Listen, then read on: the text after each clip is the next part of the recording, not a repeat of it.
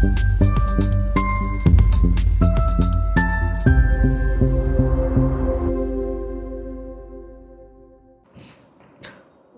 मित्रांनो.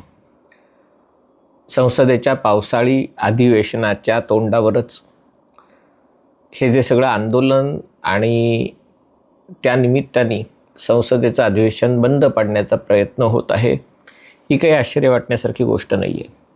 आत्ताच थोड्या वेळापूर्वी बातमी आलेली आहे, कारण त्याच्याबद्दलही थोडा गोंधळ होता की उपोषण संपलं का सुरू आहे. तर अभिजित दीपकेचं उपोषण संपलं. त्यांनी सांगितलंच होतं तो काही उपोषण करू शकत नाही. सोनम वांगचुकचं म्हणणं आहे की उपोषण सुरूच राहणार आहे, जोपर्यंत या विद्यार्थ्यांना न्याय मिळत नाही वगैरे वगैरे, तोपर्यंत हे सगळं सुरू राहणार आहे. हे नेमकं कशासाठी होतं आहे, टायमिंग कशासाठी आहे? नीटची परीक्षा वगैरे सगळं ठीक आहे. या संसदेच्या अधिवेशनात अशी अनेक विधेयकं येणार आहेत की ज्याच्यामुळे देशात डाव्या संघटनांना तसंच इस्लामिक मूलतत्ववादी संघटनांना खूप त्रास होणार आहे. हे त्रास होण्याचं कारण म्हणजे त्यांची जी विचारधारा आहे त्या विचारधारेला छेद देणारी यातली काही विधेयकं आहेत. या अधिवेशनामध्ये वंदे मातरमच्या अपमानाबद्दलचं विधेयक सादर करण्यात येणार आहे. लगेच काल जसं आदित्य ठाकरेंनी म्हटलं की काय देश कुठे चालला आहे, जग कुठे चाललं आहे, आर्टिफिशियल इंटेलिजन्स, क्वांटम कम्प्युटिंग, कसलं तुम्ही याचा अपमान त्याचा अपमान अशावर विधेयक आणते. याच्या बाबतीत एक गोष्ट स्पष्ट आहे, वंदे मातरम हे देशाचं राष्ट्रीय गान आहे, राष्ट्रीय गीत आहे आणि त्याचा सन्मान हा झालाच पाहिजे. याच्यासाठी काही केंद्र सरकार नवीन कायदा आणत नाही आहे. जो सध्याचाच कायदा आहे आणि तो इंदिरा गांधी सरकारच्या काळात पारित झाला होता की जे देशाची जी मानचिन्ह आहेत, सिम्बॉल्स आहेत, नॅशनल सिम्बॉल्स आपण ज्याला म्हणतो, त्याचा जाणीवपूर्वक अपमान केल्यास अशा अपमान करणाऱ्या व्यक्तीला 3 वर्षापर्यंतच्या शिक्षेची तरतूद आहे. आता ही देशाची राष्ट्रीय चिन्ह किंवा प्रतीकं कोणती आहेत, तर 3 सिंहमूर्ती, तिरंगा, राष्ट्रगीत, जनगणमन, तसंच देशाचं संविधान, या सगळ्या गोष्टींचा जर कुणी अवमान करण्याचा प्रयत्न केला तर त्याला शिक्षा आहे. आत्तापर्यंत या राष्ट्रीय प्रतीकांमध्ये वंदे मातरमचा समावेश नव्हता. तो या सध्याच्या कायद्यामध्ये बदल करून त्याच्यामध्ये वंदे मातरमचाही समावेश करण्यात येणार आहे आणि हे या सगळ्यांच्या पोटदुखीचं कारण आहे. याची पार्श्वभूमी आपल्याला माहिती असणं आवश्यक आहे, म्हणून हा व्हिडिओ करत आहे. देशाच्या स्वातंत्र्याची प्रेरणा ज्या कोणत्या गीतामुळे मिळाली असेल ते वंदे मातरम आहे, जनगणमन नाही. जनगणमन हे देखील अतिशय चांगलं गीत आहे. देशातल्या लोकांच्या मनात राष्ट्रभावना निर्माण करणारं गीत आहे. कुठेही मी वंदे मातरमची तुलना करताना जनगणमनचा अवमान करणार नाही किंवा त्याला कमी लेखणार नाही, कारण ते शेवटी आपलं राष्ट्रगीत आहे. देश म्हणून आपण एक संविधान स्वीकारलेलं आहे, तसं राष्ट्रगीतही स्वीकारलेलं आहे. आणि राष्ट्रगीत असं काही तुम्हाला पुढे मागे त्याला आवडलं नाही म्हणून बदललं, नवीन केलं, काही देशामध्ये तेही होतं. भारतासारख्या देशात असं करण्यात अर्थ नाही. त्याच्याबद्दल म्हटलं जातं की ते ब्रिटिशांच्यासाठी, पंचम जॉर्जसाठी लिहिलं होतं. मला असं वाटतं की हा वाद अनाठायी आहे, कारण आपण जनगणमन हे आपलं राष्ट्रगीत म्हणून स्वीकारलेलं आहे, ते स्थापित.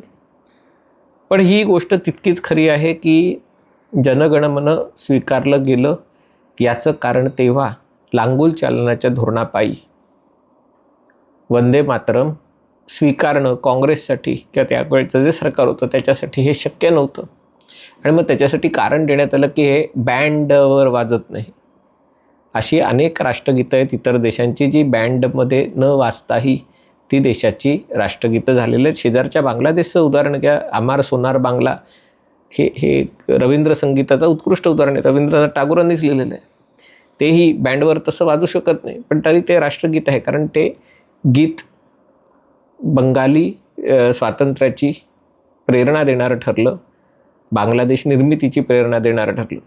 तसं वंदे मातरम हे जे गीत आहे ते आनंदमठ या उपन्यासाचा भाग आहे. आनंदमठ हा उपन्यास, कादंबरी एका प्रकारे त्यावेळे असलेल्या दुष्ट मुस्लिम शासक म्हणजे ते इस्लामिक शासन व्यवस्था आहे त्यांच्या विरुद्ध संन्यासांचे बंड कशा प्रकारे वंदे मातरम आई तुला वंदन करतो याच्यापासून हे सुरुवात झालेलं हा उपन्यास आहे.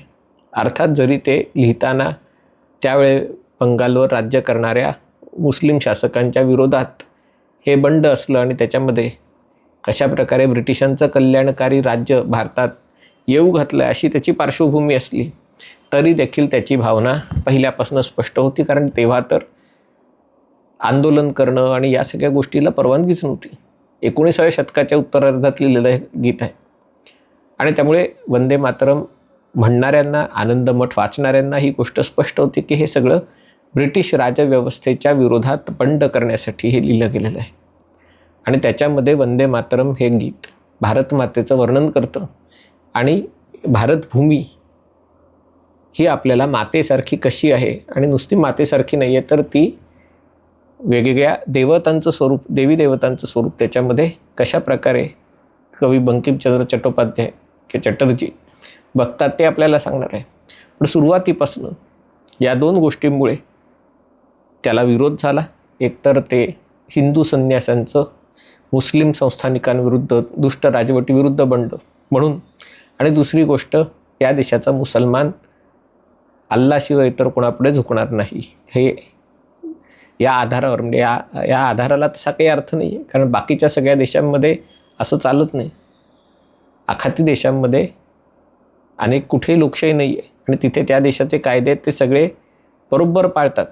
कुठेही त्याच्यात चूक करत नाहीत. तिथे आमच्या धर्मात असं सांगितलं आहे आमच्या धर्मात तसं सांगितलं आहे असं करायला जात नाहीत. तिथे ते पाळतात. युरोपात जाऊन पाळतात, अमेरिकेत जाऊन पाळतात. पण भारतात मात्र आहे ना भारताची संस्कृती भारताची अस्मिता याच्याबद्दल आपल्याला काही देणं घेणं नाही. कारण आमच्यासाठी देशापेक्षा धर्म मोठा आहे हा विचार सांगितला जातो आणि आम्ही वंदे मातरम म्हणणार नाही. वंदे मातरम म्हटलं जात असताना आम्ही उभे राहणार नाही, आम्ही त्याचा विरोध करू अशा प्रकारची भूमिका या देशात उघड उघड घेतली जाते.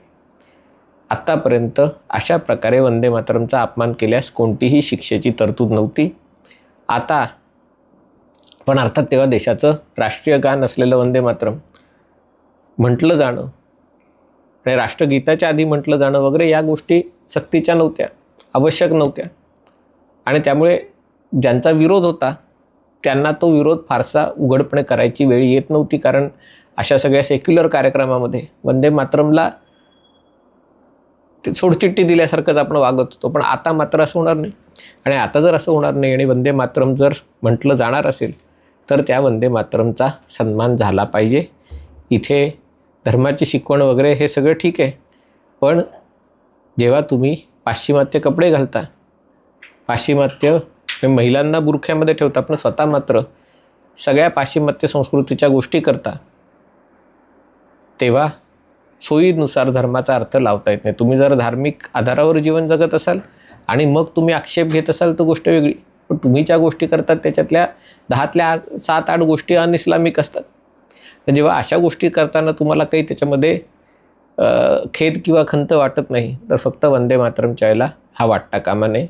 तुम्ही कोणत्या गोष्टीकडे कशा अर्थाने बघता त्यावर अवलंबून असतं. वंदे मातरम लिहिताना कुठेही त्याच्यामध्ये इस्लामचा अपमान करणं, मुसलमानांचा अपमान करणं हा उद्दिष्ट कुठेही नव्हता.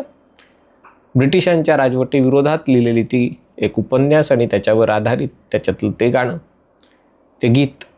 असं असताना ही जी गोष्ट दिसून येते सिनेमागृहात वंदे मातरम लावलं तर उठूनच उभे राहणार नाही. हे सार्वजनिक ठिकाणी वंदे मातरम म्हटलं जात असताना आम्ही ते म्हणणार नाही, आम्ही उठून उभे राहणार नाही अशी वृत्ती असेल तर त्याला कायद्याचा धाक असायला हवा. वंदे मातरम आता आपल्या राष्ट्रीय कर्तव्यामध्ये त्याचा समावेश झालेला आहे आणि त्यामुळे त्याचा मान राखण्यासाठी त्याला इतर राष्ट्रीय प्रतीकांच्या जोडीने त्याला देखील स्थान देणं आता महत्त्वाचं आहे. हा व्हिडिओ आपल्याला आवडला असेल तर कृपया लाईक करा, शेअर करा आणि हे चॅनल सबस्क्राईब करण्याची विनंती आहे. तुर्तास इथेच सांगतो. पाहत रहा MH48.